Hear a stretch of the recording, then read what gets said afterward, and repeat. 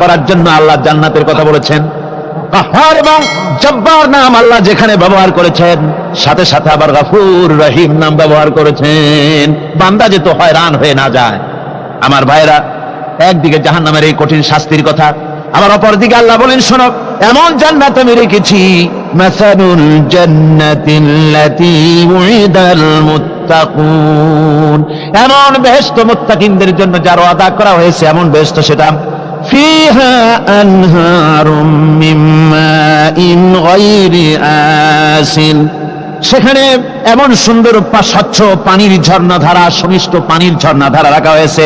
ওয়া আনহারুম মিন লাবানিন লাম ইয়াতাগায়্যার তা'আমুহু, আর সেখানে দুধের ঝর্ণা রাখা হয়েছে যার স্বাদ কখনো নষ্ট হবে না। বেউকিফেরা বলে কি, জান্নাতের ভিতরে মদ খাওয়ানো হবে। ওই যে একটা সাপ্তাহিক পত্রিকা, এক শয়তান মহিলা, অর্থাৎ ইসলাম জানে না, খবিসা মহিলা, ইসলামের প্রতি বিদ্বেষ, এই বিদ্বেষ নিয়ে সে লিখেছে, বেহেশত হচ্ছে অসভ্য উদ্যান, যারা কয় নাউজুবিল্লাহ, বেহেশত হচ্ছে অসভ্য উদ্যান। আর এই বেহেশতের ভিতরে পৃথিবীর অতৃপ্ত বহুগামী পুরুষদের স্থান হচ্ছে বেহেশত। আর সেই বেহেশতের ভিতরে আল্লাহ পাক মানুষদেরকে মদ খাওয়া সুন্দরী সুন্দরী নারী দেবেন। এই সব সুন্দরী নারী আর মদের প্রলোভন দেখিয়ে মানুষকে নামাজ পড়াবার জন্য, রোজা করবার জন্য উৎসাহিত করা হয়েছে। জোরে কর নাউজুবিল্লাহ। কোরআন শরীফে কোথাও বলা হয় নাই যে বেহেশতের মধ্যে আল্লাহ মদ খাওয়াবেন। আছে কোথাও? আছে কোথাও? বরং আল্লাহ রাব্বুল আলামিন বলেছেন, জান্নাতে কি পান করাবো শোনো, ওয়াসাকাহুম রাব্বুহুম শারাবান তাহুরা, জান্নাতের ভিতরে তোমাদেরকে পান করানো হবে শারাবান তাহুরা, পবিত্র পানীয়। তাহের এবং তাহুর দুটি কথা। তাহের বলা হয় সেই জিনিসকে যা নিজে পাক, আর একজনকে পাক করতে পারে না। যেমন মধু, যেমন তেল, যেমন দুধ নিজে পাক, কিন্তু দুধ দিয়ে যদি কেউ গোসল করে, দুধ দিয়ে যদি কেউ উজু করে, ও নিজে পাক, কিন্তু আপনাকেও পাক করতে পারবে না। এটার নাম হচ্ছে তাহের।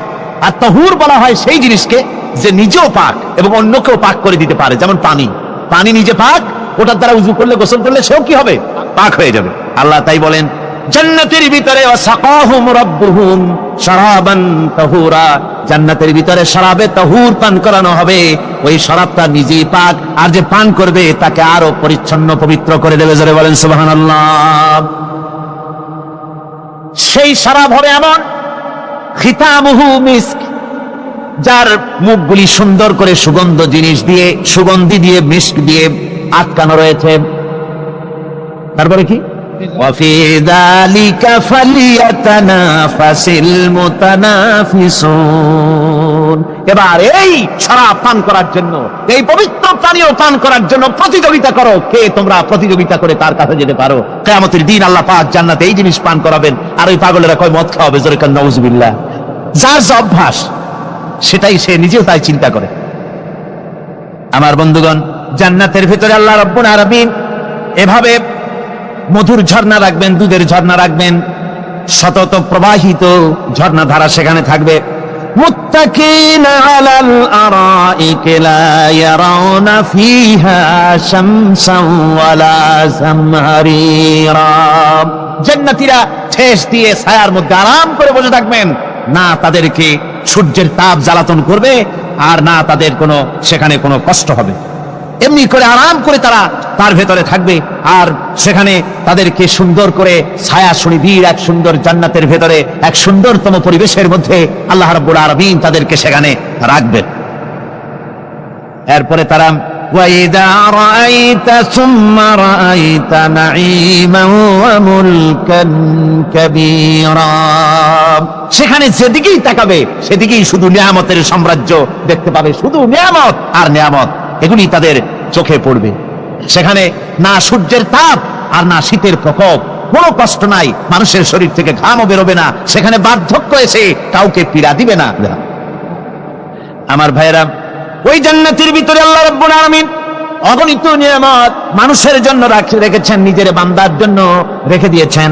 ওয়া হুরুন ঈন, বেহেশতীদের জন্য রয়েছে সুন্দর চক্ষুধারী হুরগণ রয়েছে সেখানে জান্নাতীদের জন্য।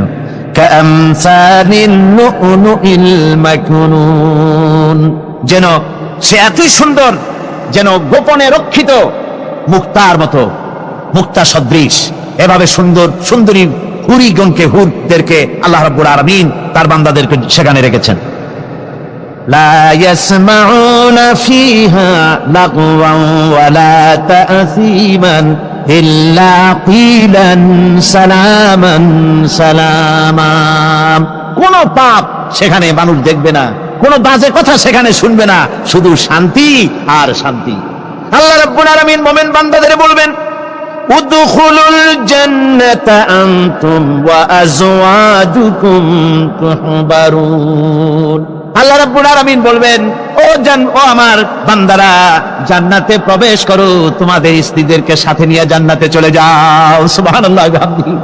তোমার স্ত্রী, তোমাদের স্ত্রীদেরকে নিয়ে, সাথে করে নিয়ে জান্নাতের ভিতরে চলে যাও, সেখানে তোমরা আরামে থাকো।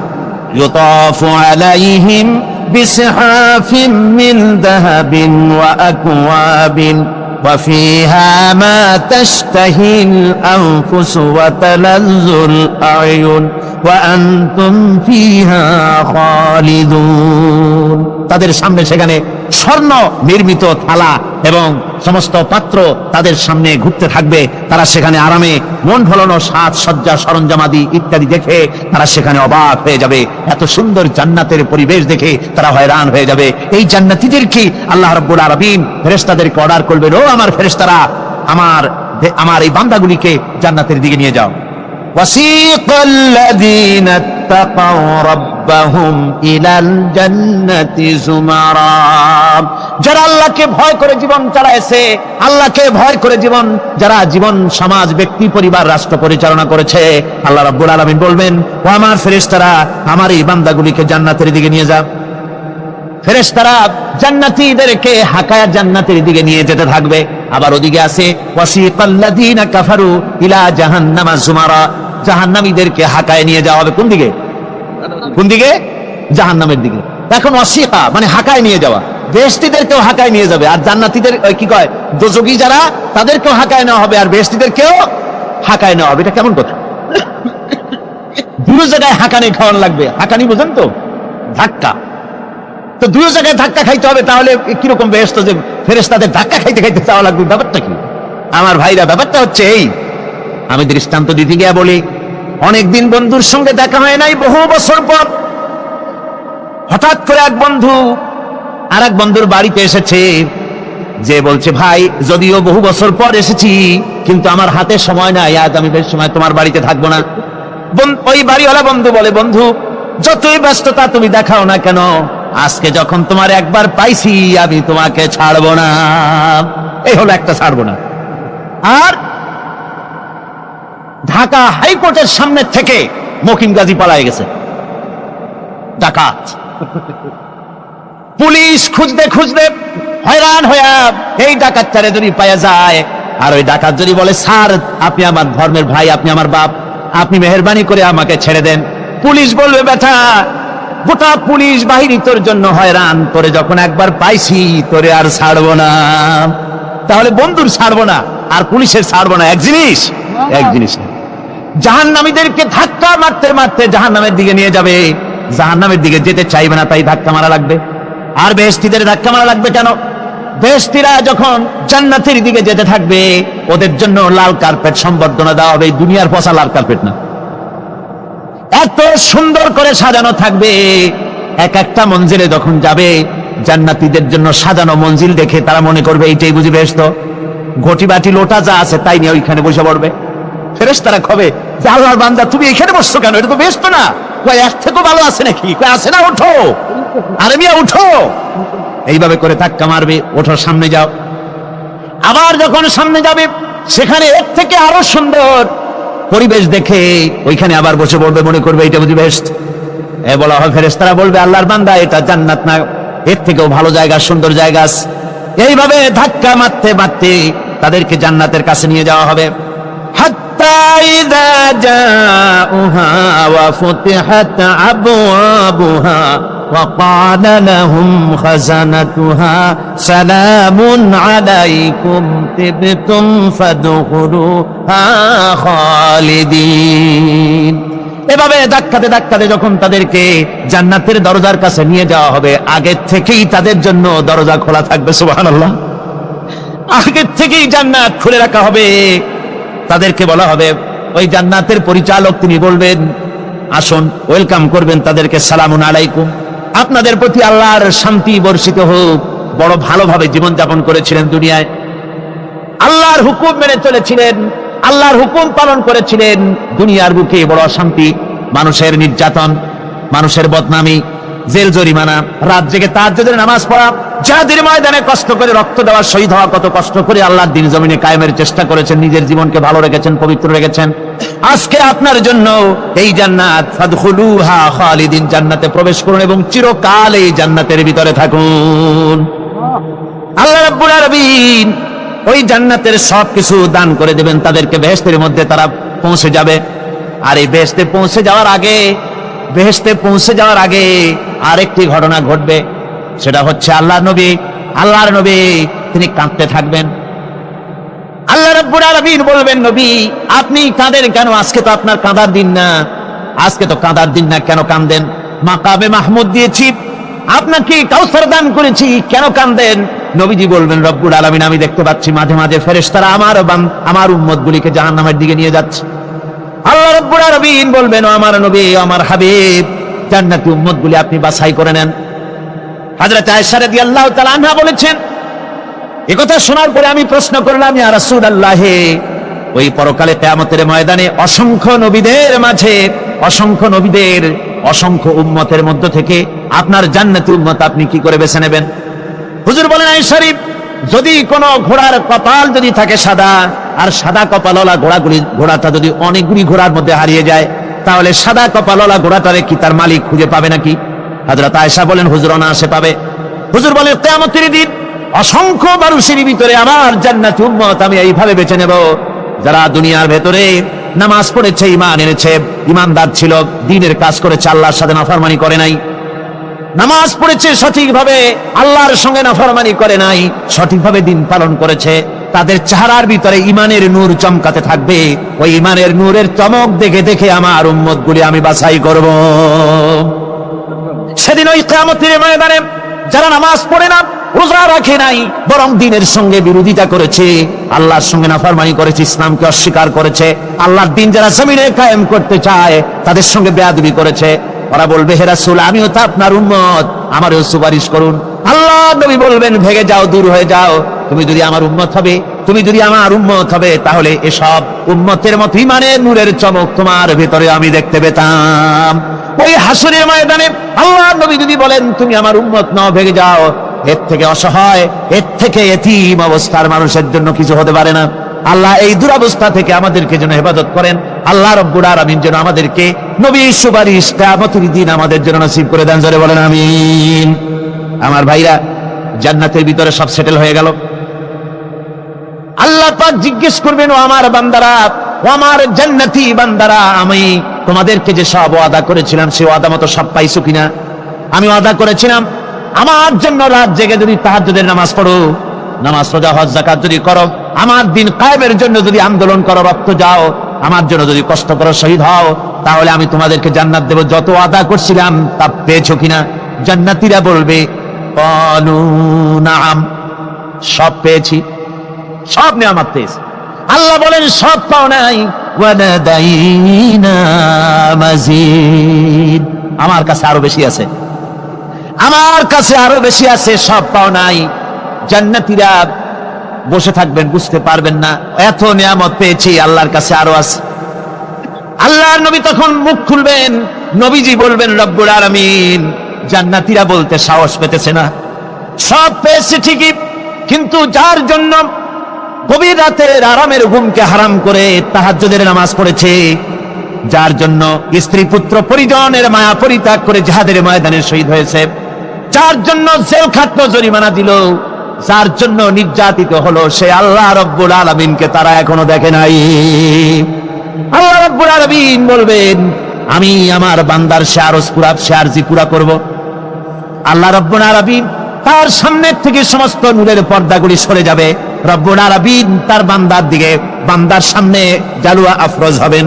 আল্লাহ পাক কোরআনে কারীমের ভিতরে বলছেন ওয়াজুহু ইয়াওমাইযিন নাযিরা ইলা রাব্বিহা নাযিরা। বান্দা আল্লাহ পাক বান্দার দিকে তাকিয়ে থাকবেন, আর সমস্ত বান্দারা আল্লাহ রাব্বুল আলামিনের দিকে তাকিয়ে থাকবে। এই অবস্থায় কত কাল চলে যাবে কেউ টের পাবে না। রব্বুল আলামিন জান্নাতের ভিতরে তোমার জান্নাতীরা যেদিন তোমাকে দেখবে ওই দিন আমাদেরকেও জান্নাতে একটু জায়গা করে দিও আল্লাহ।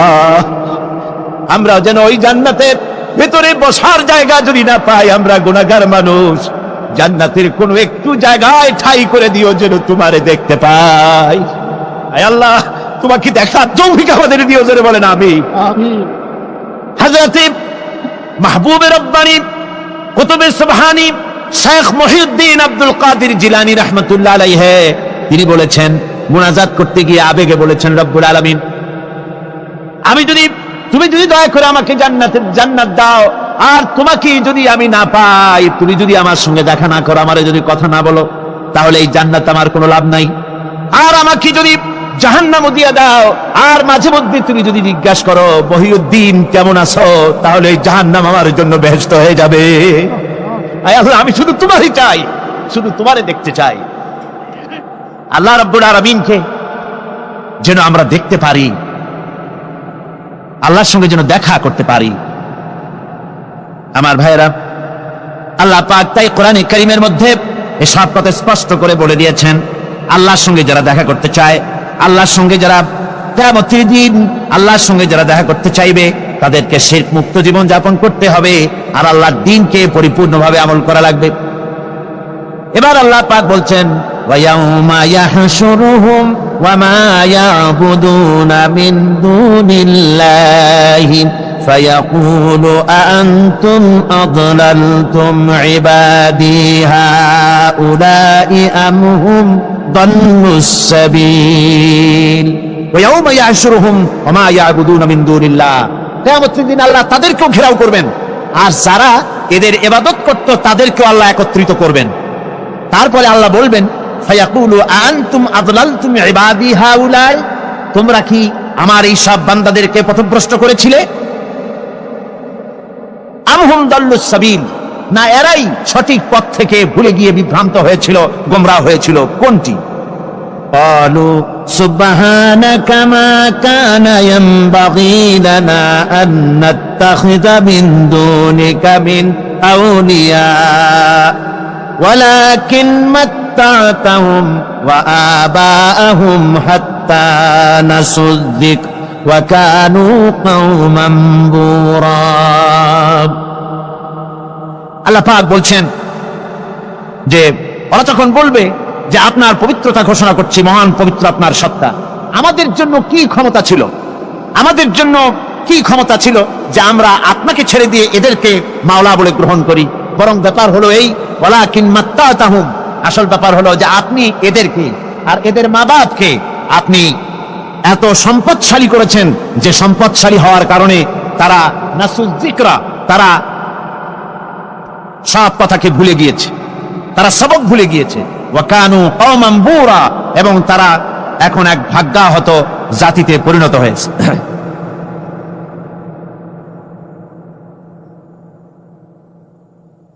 অর্থাৎ কিয়ামতের দিন এই সমস্ত মানুষেরা যাদেরকে ডেকেছিল, যাদেরকে এরা মাবুদ মনে করেছিল, যাদেরকে খোদা মনে করেছিল, যাদেরকে ডাকতো, যাদের ইবাদত করত, যাদের পূজা করত, তাদেরকেও একত্রিত করা হবে। যেমন ঈসা আলাইহিস সালামকে খ্রিস্টানেরা আল্লাহর পুত্র বলেছে। ওয়াকালাতিন নাসারাল মাসীহু ইবনুল্লাহ, খ্রিস্টানেরা ঈসা আলাইহিস সালামকে আল্লাহর পুত্র বলেছে। কিয়ামতের দিন হযরত ঈসা আলাইহিস সালামকে আল্লাহ রাব্বুল আলামিন হাজির করবেন খ্রিস্টানদের সামনে। একথা কোরআনে কারিমে বর্ণনা করা হচ্ছে।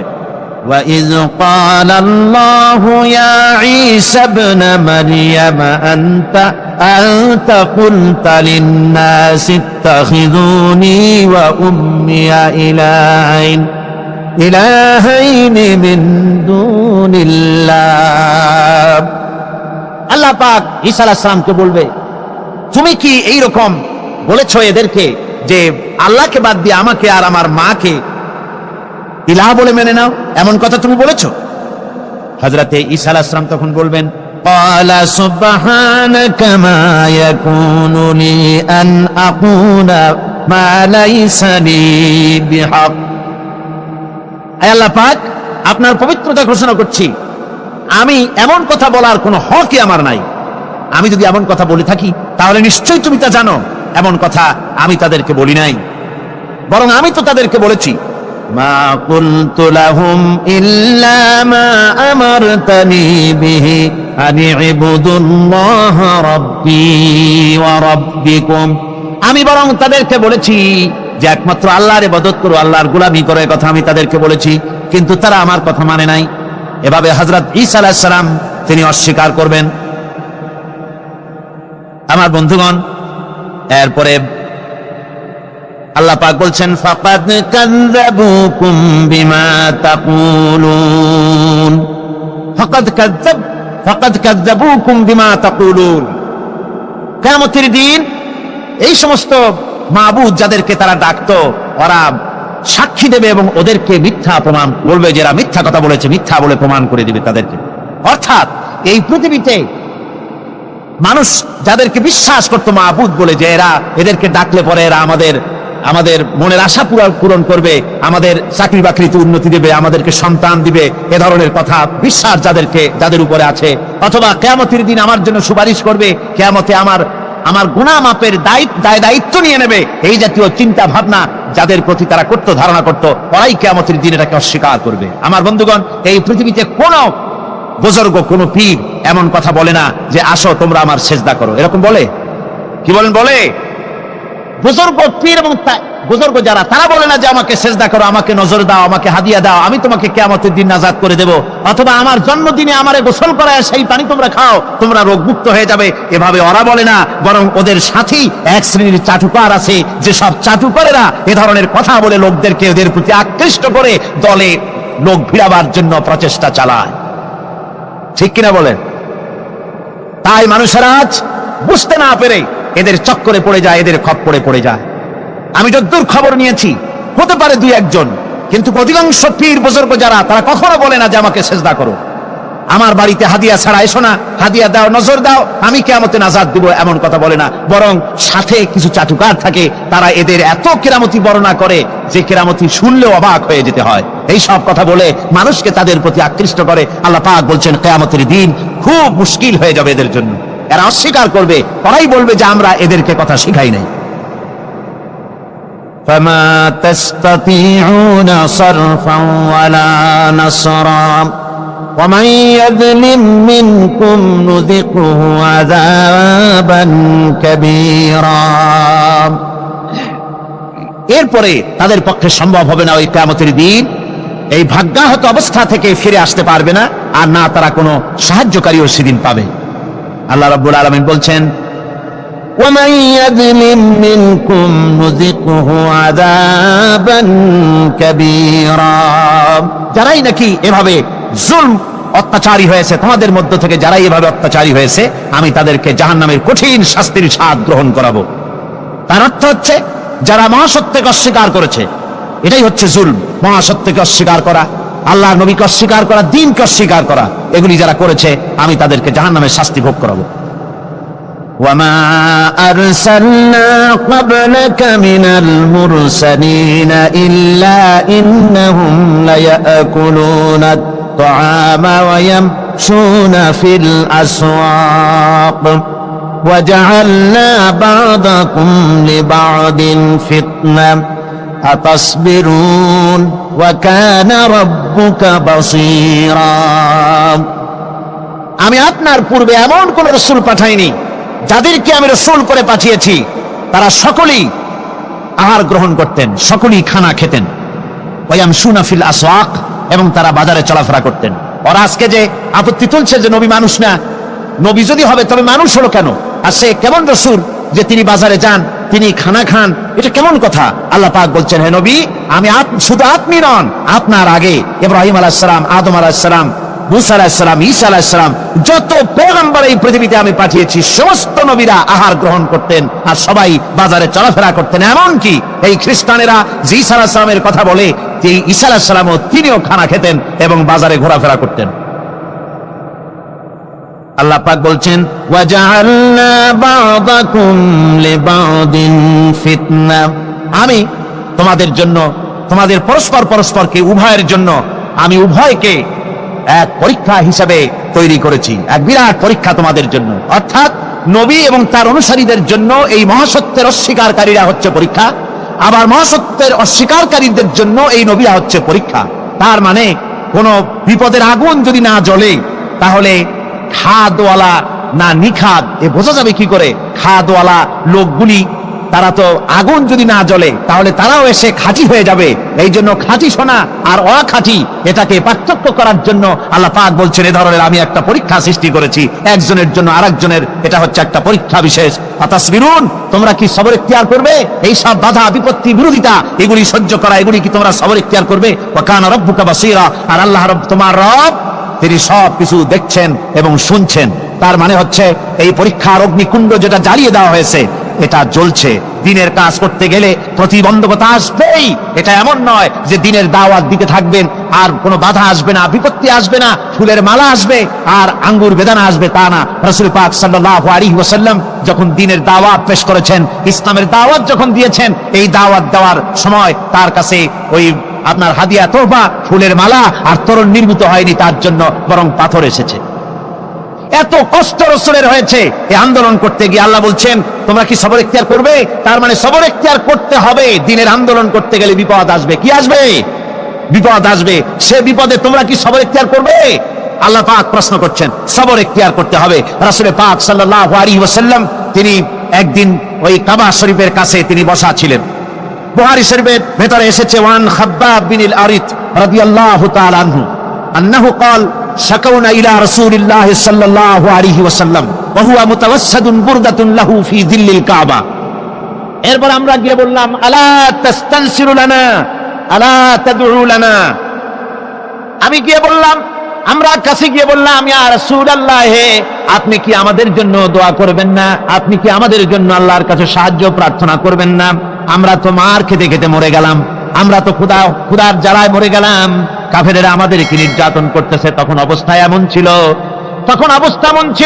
হযরতে খাব্বাবকে তারা আগুনের উপরে চিৎ করে শোয়াছে, আংটা আগুন বিছায় দিয়া ওই আগুনের উপরে হযরত খাব্বাবকে শোয়ায় দিয়া হযরতে খাব্বাবের বুকের পরে পাথর চাপা দিয়েছে যেন খাব্বাব নড়াচড়া করতে না পারে। হযরতে বিলালকে উটের পায়ের সাথে রশি লাগায়া উট তাড়াইছে। উট দৌড়াতে দৌড়াতে যখন হয়রান হয়ে গেছে আর দৌড়াতে পারে না, উটের পা থেকে বিলালকে খসায়া উত্তপ্ত মরুভূমির ভিতরে চিৎ করে ফেলে দিয়ে চতুর্দিকে কাফেরেরা দাঁড়িয়ে লোহার ডান্ডা দিয়া পিটাইছে আর বলেছে বেলাল এখনো লাত মানাতের পরেই মানান। হযরত বিলাল তখন কোন রকম একটা আঙ্গুল আকাশের দিকে উঁচু করে বলেছেন আহাদ আহাদ লা ইলাহা ইল্লাল্লাহ লা ইলাহা ইল্লাল্লাহ। জোরে সরে পড়ে লা ইলাহা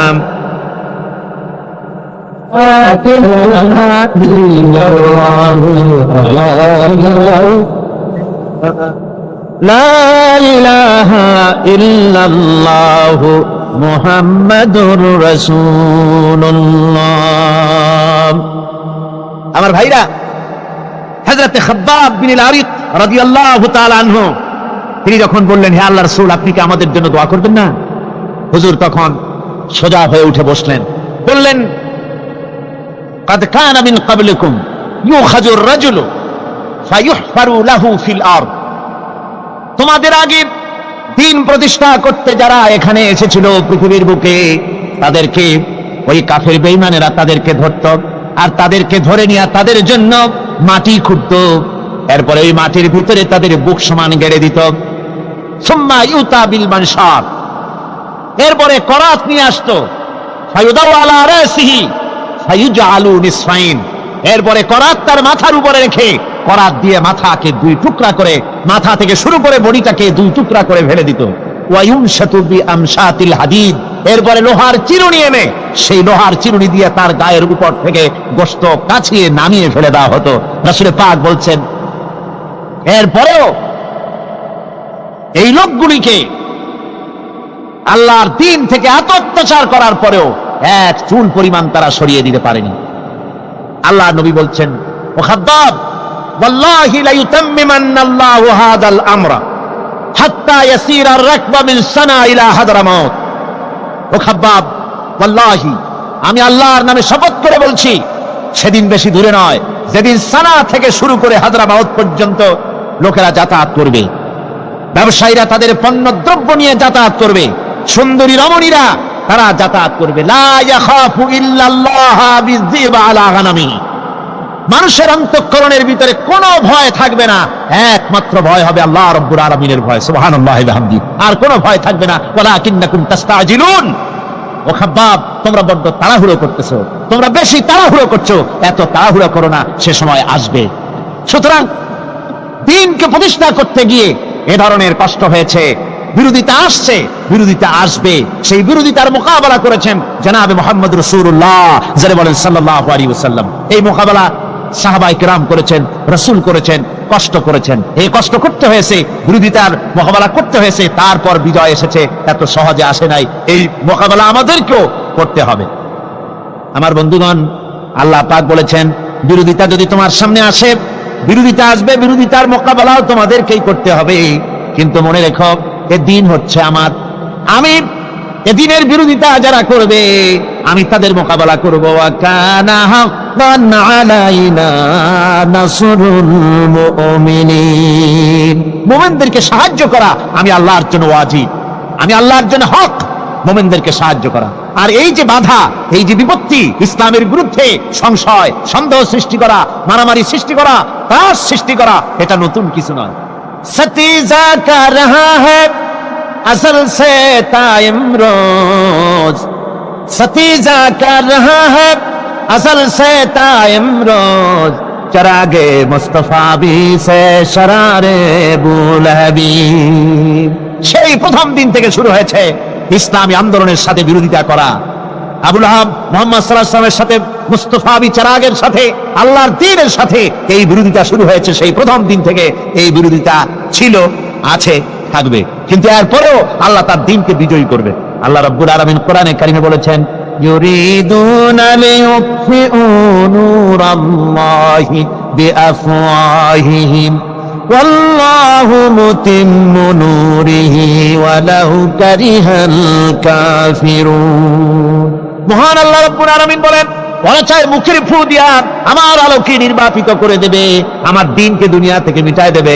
আল্লাহ বলেন, আমি আমার দ্বীনকে পূর্ণতা দান করব, তাতে কাফির বেঈমানদের মনের ভিতরে যত জ্বালা যন্ত্রণা হোক না কেন, ওদের মনে যত কষ্ট হোক, আমার দ্বীন আমি সমুন্নত করে রাখবো, কেউ ঠেকাতে পারবে না। দেখেন না, আবু জেহেল চেয়েছিল মক্কা, রাসূলের মক্কি জিন্দেগিতে রাসূলকে বন্ধ করে দেবে, আশহাদু আন্না মুহাম্মাদার রাসূলুল্লাহ আওয়াজকে বন্ধ করে দেবে। কিন্তু আবু জেহেল শেষ হয়ে গেছে, মুহাম্মদ সাল্লাল্লাহু আলাইহি ওয়াসাল্লামের নেতৃত্ব আছে না নাই? হুজুরের এই কলেমার আওয়াজ আজ আছে কি নাই? আজও আছে। আমি ইউরোপে যখন বক্তৃতা করতে গেছি কয়েক বছর আগে, সান্ডারল্যান্ডে বক্তৃতা করতেছিলাম, নর্থ সির পারে। মাগরিবের আজান যখন হয়ে গেল, মিনারা থেকে আওয়াজ বেরোলো, মাইকের থেকে আওয়াজ বেরোলো, আশহাদু আন্না মুহাম্মাদার রাসূলুল্লাহ। আজান যখন বেরিয়ে গেল, আমি লক্ষ্য করলাম আজান পাহাড়ে পর্বতে ধ্বনিত প্রতিধ্বনিত হয়ে ইথারের বুক ছেড়ে সমুদ্রের উপর দিয়ে দিক দিগন্তে ছুটে পড়তেছে। আমার মনে পড়ল বিশ্বকবি, কবি সম্রাট আল্লামা ইকবালের কথা মনে পড়ে গেল। মহাকবি আল্লামা ইকবাল বলেছেন, মাগরিব কি ওয়াদিও মে বুঝি আদা হামারি, मगरिब की वादियों में बूदी अदा हमारी, थमता न था किसी से सैर रवा हमारा। প্রাচ্য এবং প্রত্যুচ্চে পাহাড়ি পর্বতে, সমুদ্রে, মহাসমুদ্রে, নদী আর বনে জঙ্গলে, জনপদে সর্বত্র কলেমার আওয়াজ, ছড়িয়ে পড়বে, পৃথিবীর কারো ক্ষমতা নাই এই আওয়াজকে দুনিয়া থেকে মিটিয়ে দিতে পারে। জোরে বলেন সুবহানাল্লাহ। আওয়াজ বন্ধ করার ক্ষমতা পৃথিবীতে কারো নাই।